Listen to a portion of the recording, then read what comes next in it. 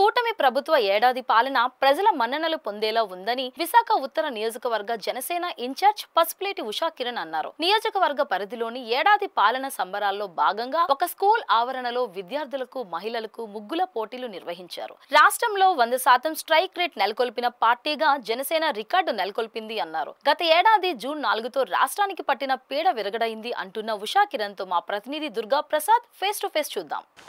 కూటమి పాలన ప్రారంభమై నేటికి ఏడాది పూర్తయింది. ఈ నేపథ్యంలో ఆయా పార్టీలకు సంబంధించి అధినేతలు ఆయా పార్టీ కార్యకర్తలు సంబరాలు చేయని పిలుపునివ్వడం జరిగింది. అయితే ముఖ్యంగా డిప్యూటీ సీఎం పవన్ కళ్యాణ్ అయితే జనసేన కార్యకర్తలు ఉద్దేశించి దసరా దీపావళి సంబరాలు జరపండి కూడా పిలుపునివ్వడంతో విశాఖలో ఆ సంబరాలు అంబరాన్ని చెప్పొచ్చు. ముఖ్యంగా ఉత్తర నియోజకవర్గ ఇన్ఛార్జ్ ఉషా కిరణ్ ఆధ్వర్యంలో ముగ్గుల పోటీ కూడా నిర్వహిస్తున్న పరిస్థితి కనిపిస్తుంది. ఈ నేపథ్యంలో 1 year పాలన ఏ విధంగా ఉందని అడిగి తెలుసుకునే ప్రయత్నం చేద్దాం.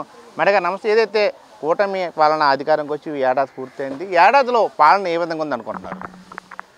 ఈరోజు కూటమి ప్రభుత్వం అధికారంలోకి వచ్చి సంవత్సరం కంప్లీట్ అయినటువంటి తరుణంలో మరి రాష్ట్ర వ్యాప్తంగా కూటమి ప్రభుత్వానికి అధికారాన్ని ఇచ్చినటువంటి ప్రజలందరికీ కూడా ఒకసారి కృతజ్ఞతలు తెలియజేసే విధంగా, అలాగే కూటమి ప్రభుత్వ పరిపాలన ఎవరైతే అనుభవిస్తున్న ప్రజలందరూ కూడా సంతోషంతో దీపావళి, దసరా కలిపి సెలబ్రేట్ చేసుకునేటటువంటి రోజు ఈరోజు.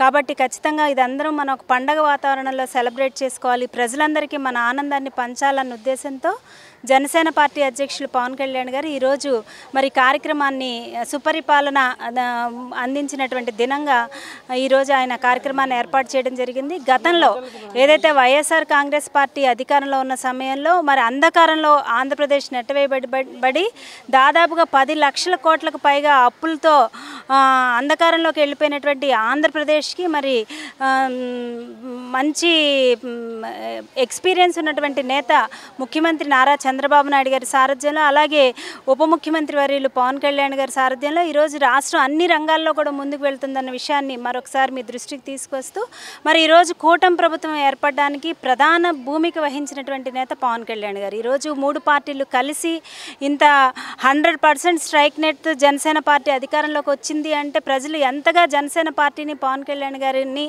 ఆయన నాయకత్వం పట్ల ప్రజలు ఎంత అభిమానించారన్న విషయాన్ని మరొకసారి మీకు తెలియజేస్తూ, ఆయన పంచాయతీరాజ్ శాఖ మంత్రిగా బాధ్యతలు చేపట్టిన తర్వాత మరి ఏదైతే గాంధీ గారు చెప్పినట్లుగా ఈ దేశానికి పల్లెలే పట్టుకొమ్మలని గాంధీజీ గారు ఏదైతే అన్నారో ఆయన కళల్ని సాకారం చేసే దిశగా ఆయన పంచాయతీరాజ్ శాఖ మంత్రి అయిన తర్వాత మరి పంచాయతీలన్నింటినీ కూడా అభివృద్ధి చెందించాలన్న ఉద్దేశంతో మరి ఏదైతే ఇంతకుముందు ఇండిపెండెన్స్ డే కానివ్వండి, లేకపోతే రిపబ్లిక్ డే సెలబ్రేషన్స్కి పంచాయతీలకి కేవలం 100 రూపాయలు, 250 రూపాయలు మాత్రమే నిధులుండే తరుణం నుంచి ఈరోజు 10,000 రూపాయలు, 25,000 రూపాయలు పంచాయతీలకి జాతీయ పండుగలను సెలబ్రేట్ చేసుకునేటటువంటి స్వాతంత్రాన్ని ఇచ్చినటువంటి వ్యక్తి పవన్ కళ్యాణ్ గారు. అంతేకాకుండా మరి మన్యం జిల్లాలన్నీ కూడా పర్యటించినప్పుడు మరి డోలీ రహిత ఆంధ్రప్రదేశ్గా తయారు చేయాలన్న ఉద్దేశంతో మరి అక్కడ ఉన్నటువంటి సీసీ రోడ్లని దాదాపుగా 4,000 కిలోమీటర్ల పైగా సీసీ రోడ్లను ఏర్పాటు చేసినటువంటి పరిస్థితి. అంతేకాకుండా పౌర సరఫరాల శాఖ మంత్రిగా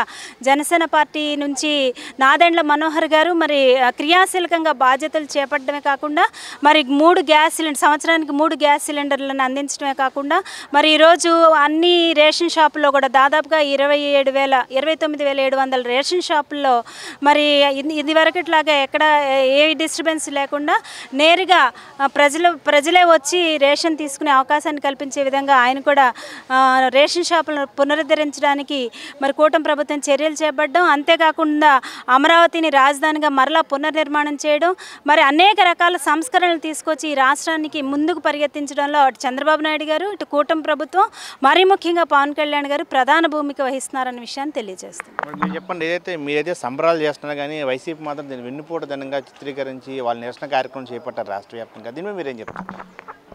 ఎవరేం చేసుకున్నా కూడా యావత్ ఆంధ్ర రాష్ట్ర ప్రజలందరూ కూడా చాలా ఆనందంగా ఉన్నారు. లాస్ట్ 1 year నుంచి ఆంధ్ర రాష్ట్రం ఒక గాడిలో పడుతుంది.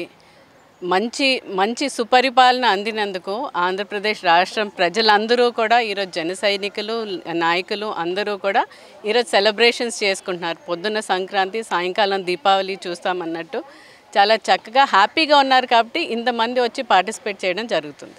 మన ఫైనల్గా మీరు చెప్పండి, ఏడాది పాలన ఏ విధంగా ఉంది అండ్ ఉత్తర నియోజకవర్గం సంబంధించి అభివృద్ధి కార్యక్రమాలు ఏ విధంగా బాటేశారు, ప్రధానంగా ఇచ్చిన హామీలు ఏ విధంగా నెరవేరని చెప్పి ప్రజల నుంచి మీకు ఏ విధంగా సంతృప్తి ఉంటుంది? రాష్ట్రంలో సుపరిపాలన వచ్చింది. ఒక దుర్మార్గమైన పరిపాలన వైసీపీ నుండి పీడ విరుగుడయ్యి మంచి పరిపాలన కూటమి ప్రభుత్వం మనకు అందించిన తరుణంలో ప్రజలందరూ ఎంతో సంతోషంగా 1 ఇయర్ సెలబ్రేషన్ చేసుకుంటున్నారు.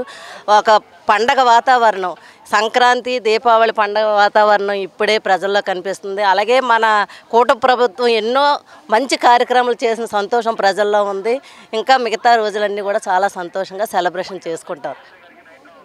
మీరు చెప్పండి, ఎలా ఉంది ఓవరాల్గా ఏడాది పాలన ఎలా ఉంది? అండ్ 100% స్ట్రైక్ డేతో జనసేన కూడా దూసుకుపోయిన పరిస్థితి. సో ఓవరాల్గా కీ రోల్ కూడా జనసేన వహించిన నేపథ్యంలో డెవలప్మెంట్ కార్యక్రమం పరంగా కావచ్చు, లేకపోతే ఈ ఏడాది పాలన ఏ విధంగా మీకు సంతృప్తికరంగా ఉందా, లేదా ఏమైనా లోటుపాట్లు ఏమైనా కనిపించింది? జనసేన పార్టీ అంటేనే ఒక కష్టపడే పార్టీ అండి. పేద ప్రజలకు కావాల్సిన పార్టీ అంటే జనసేన పార్టీ. నీతికి నిజాయితీకి నిలబడిన పార్టీ అంటే జనసేన పార్టీ. ₹1 ఆశించకుండా ఆయన కష్టపడుతూ కూడా ప్రజలకు పంచుతున్నాడంటే అది కేవలం జనసేన పార్టీ అని మేము చెప్తున్నాం. కాబట్టి ఈ పరిపాలన ఎన్నిపోటు కార్యక్రమం ఈరోజు చేయడం కారణం ఏంటంటే చూడంతనం అండి. అది అంటే ఇది మేము సంబరాలు చేసుకుంటున్నాం కాబట్టి ఈరోజు ఎన్నిపోటు కార్యక్రమం చూడాలి. ఈరోజు గుర్తొచ్చిందని ఎన్నిపోటుతనం ఇదివరకు గుర్తులేరలేదా వైకాపా వాళ్ళకి? ఈయన చేసిన ఎన్నిపోటుతనం కాదా? కానీ ఏంటంటే ఇది అంతా కరెక్ట్ కాదండి. ఏదో చూడలేనితనంతో చేసి పారిపాట్లు. కానీ ఈ కూటమి ప్రభుత్వం ఎప్పుడు కూడా బ్రహ్మాండంగా మొదలుపెట్టిన 1 సంవత్సరం పాలనలో కూడా రోడ్లన్నీ శుభ్రంగా చేశారు. ఎన్ని కష్టాలు అప్పుల్లో గత ప్రభుత్వం చేసినా సరే, అదే అప్పులు అప్పచెప్పినా సరే ఏ రోడ్లు ఆగకుండా గిరిజన ప్రాంతాలకు వెళ్తే పవన్ కళ్యాణ్ స్వయంగా వెళ్ళి ఇన్ని కోట్ల రూపాయలు శాంక్షన్ చేసి డోలీ పెట్టి తిరిగిన రోడ్లు కూడా ఇప్పుడు కార్లు వెళ్ళి రోడ్లు హాస్పిటల్కి తీసుకొచ్చి అంబులెన్స్ వెళ్ళి రోడ్ల కింద తయారు చేశారు రోడ్లు. అది పవన్ కళ్యాణ్ గారు ఒక గొప్పతనం అని మేము చెప్పుకుంటున్నాం. కానీ ఈ కూటమి ప్రభుత్వం కానీ ఇంకా 4 సంవత్సరాలు నెక్స్ట్ పై వచ్చే ఎలక్షన్ కూడా ఉంటే ఆంధ్రప్రదేశ్ స్వర్ణాంధ్రప్రదేశ్ జరుగుతుందని నా ఒక అభిప్రాయంగా కోరుకుంటున్నాను. ఇది చూసినాం కదా, ఏదైతే ఏడాది పరిపాలన ప్రజలకి సంక్షేమ పథకాలు అందిస్తూ రాష్ట్రంలో అభివృద్ధి బాటను నడిపిస్తున్న కూటమి ప్రభుత్వం ప్రజలు హర్షం వ్యక్తం చేస్తున్నారు. మరోవైపు మరింత అభివృద్ధిగా ఏపీ ప్రభుత్వం అయితే తీసుకుపోతుందని చెప్పి మనతో పాటు ఇక్కడ చెప్పడం జరుగుతుంది. కెమెరా పర్సన్ సత్యతో దుర్గాప్రసాద్, BBC1 టీవీ, విశాఖ నుండి.